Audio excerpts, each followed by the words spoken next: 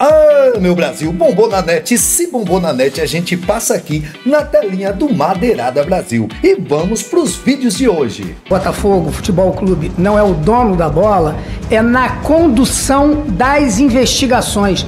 Ele tem todo o direito de apresentar notícias crimes. Ele é o noticiante. E a função dele vai até uma etapa. Ao procurar e formalizar nas instituições a notícia dele. A partir dali, a condução desses trabalhos será feita pelas autoridades públicas.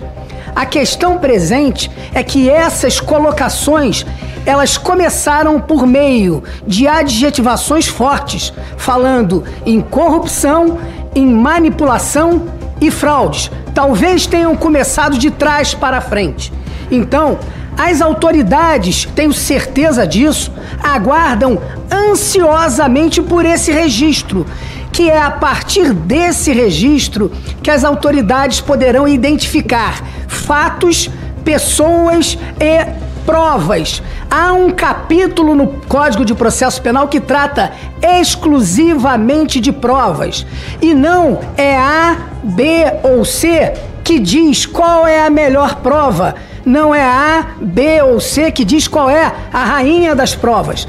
Foi nesse sentido que eu quis dizer isso. A primeira etapa dele, ok, ele concluiu. Vamos para as etapas subsequentes. É isso que aguardamos todos ansiosamente. Óbvio que pelo perfil do senhor John Testa, que vem de um mercado tecnológico, ele tem uma visão diferente.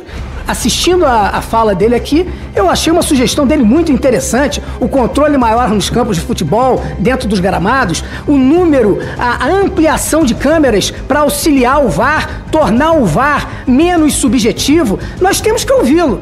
Mas nesse contexto, ele tem que apresentar provas, porque é um tipo penal também que trata da denunciação caluniosa. Então, às vezes, quem noticia acaba sendo investigado. Esse contexto todo que nós temos que olhar com esse olhar mais acurado, com esse cuidado. Então, tanto o doutor Avelar como o doutor Gussen falaram de palestras para jogadores profissionais. Eu perguntei sobre a base, o efeito pedagógico lá na origem, lá na fonte, né? Que eu acho que precisa a gente ter essa percepção, né?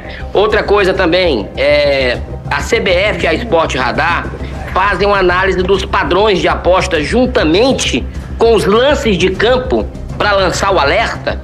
É uma análise conjunta, né? Muita coisa não foi respondida com relação ao que eu perguntei.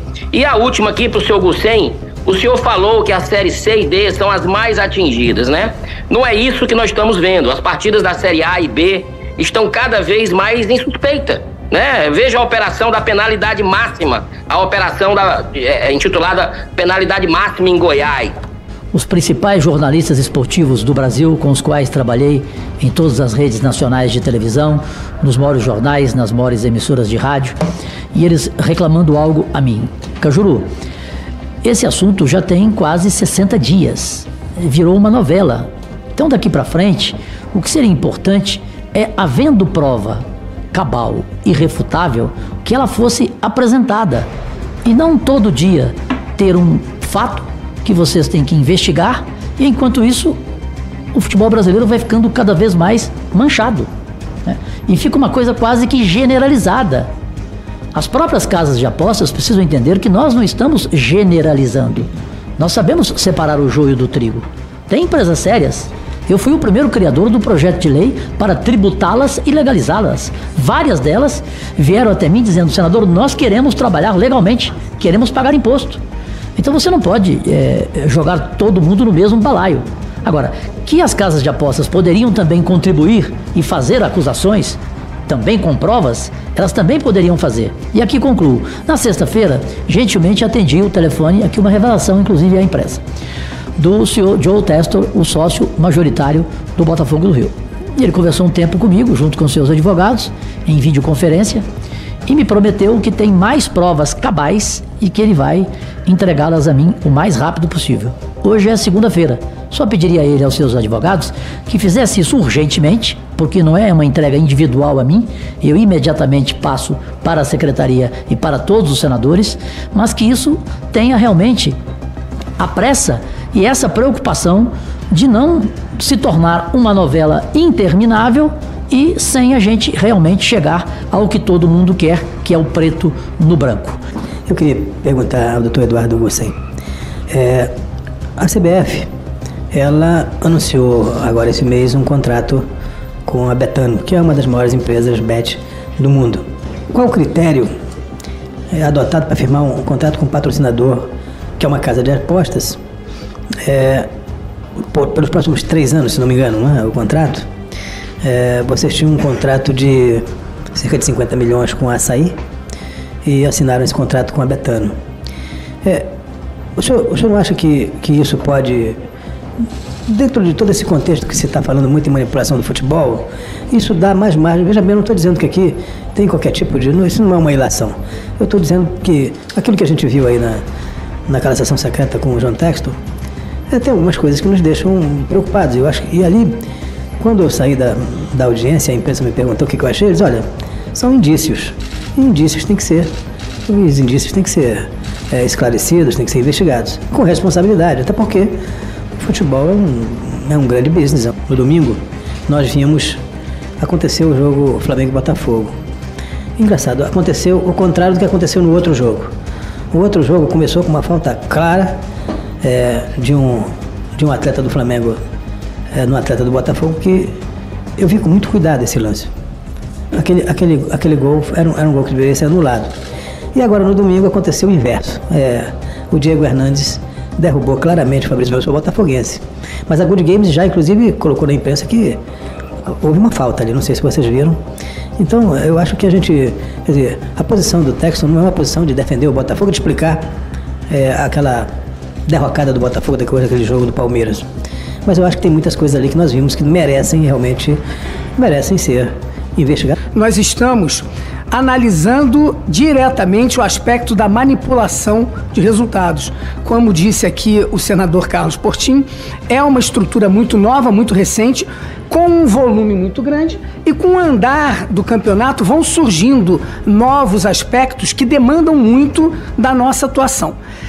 Portanto, nós da Unidade de Integridade, em momento algum, nos debruçamos sobre esses aspectos do contrato. Tem estruturas próprias dentro da CBF que analisam isso. Na minha ótica, o que eu posso adiantar para o senhor é que hoje há uma legislação aprovada pelo Congresso Nacional, sancionada. A CBF vem regulando esse tipo de atividade. Não cabe aqui a mim fazer um juízo de valor e jamais farei, ainda mais a partir de uma lei aprovada e sancionada pelo Congresso Nacional, sancionada pelo presidente da República. Então, vamos ter que redobrar os cuidados para conviver com essa nova realidade.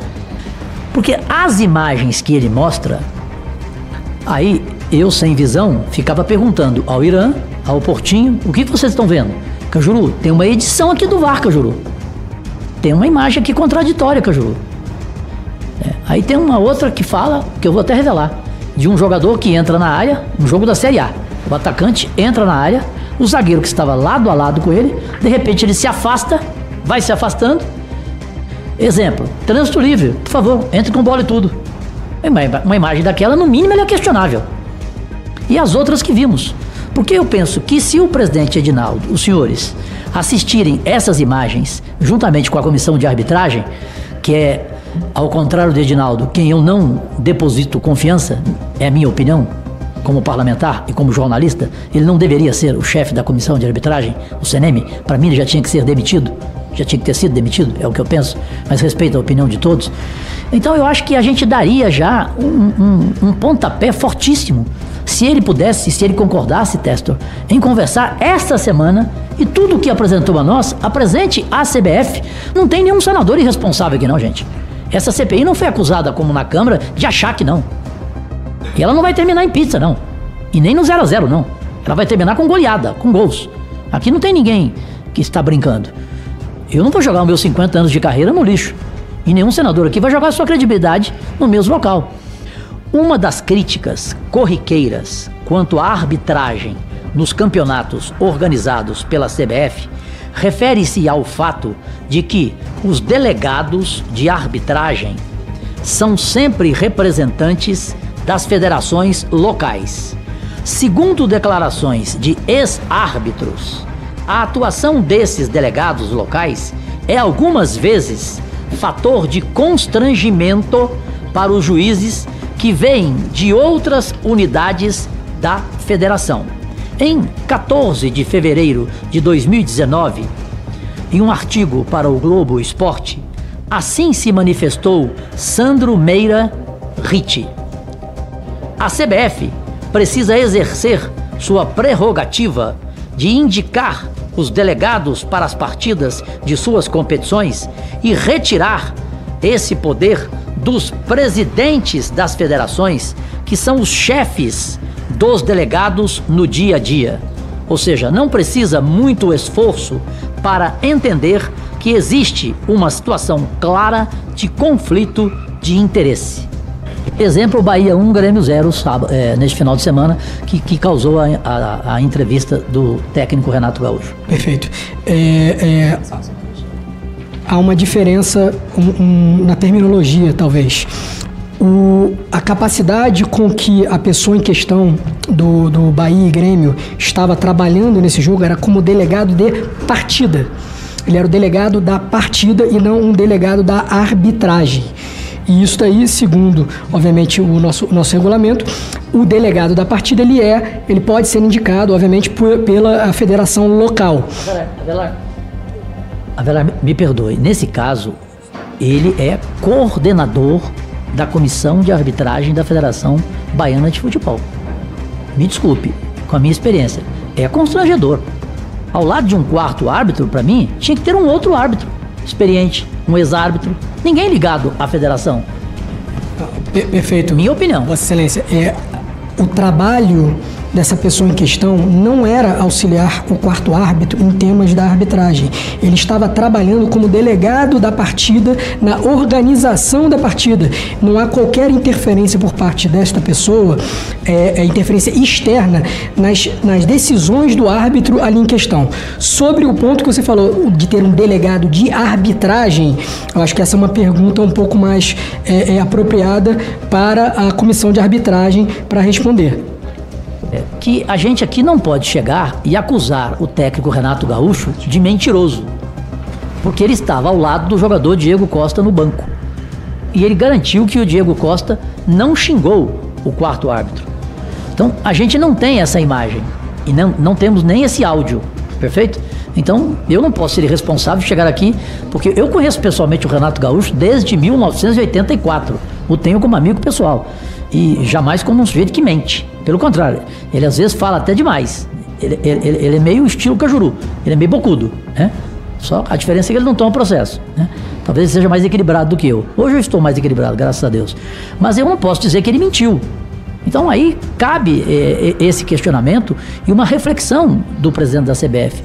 Para que colocar alguém da federação como um quarto árbitro, ao lado de um quarto árbitro, que segundo esse ex-árbitro aqui, esses acham que é um fator de constrangimento. O senhor não concorda, Hussein?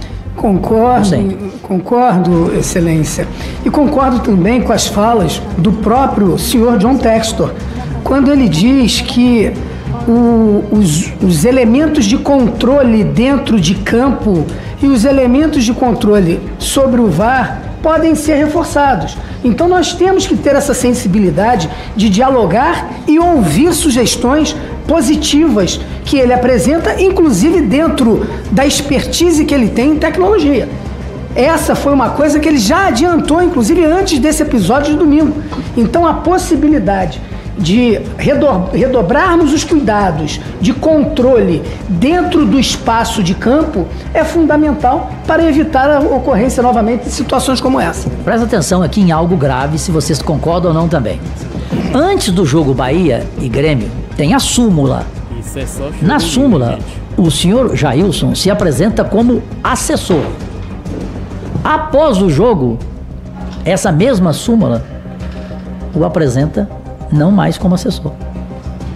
Não é estranho, não? A súmula foi alterada. Se de fato isso for verdade... Isso é 100% verdade. É uma coisa grave.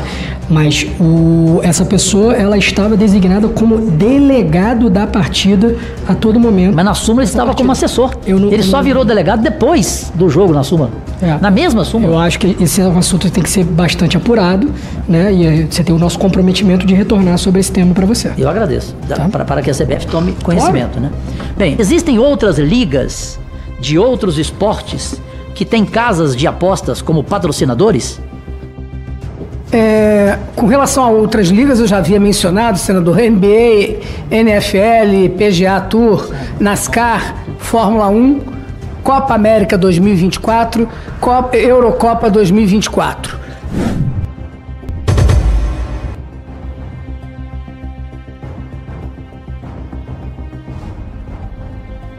Relação grave. Falar a verdade, aqui o que eu vi aqui é só o cheiro livre de perdedor. Se tem prova esse negócio aí, pelo que eu vi aí, Renato Gaúcho tá chorando, porque perdeu, normal, tá querendo, se for abrir uma CPI e falar de tudo, de comportamento por erro de arbitragem, vai ser difícil. Esse John Texto aí também, as provas que ele trouxe também aí, eu não vi acrescentar nada, né? Mas eles que entendem lá. Mas vamos ver, né? Vamos acompanhar aqui e vamos trazer mais novidades, que é um esporte que a gente gosta, né? Então a gente vai sempre trazendo novidades para vocês aqui do canal. Até aqui não é inscrito ainda? Se inscreva no canal, deixe seu like, compartilhe esse vídeo e vamos para mais vídeos.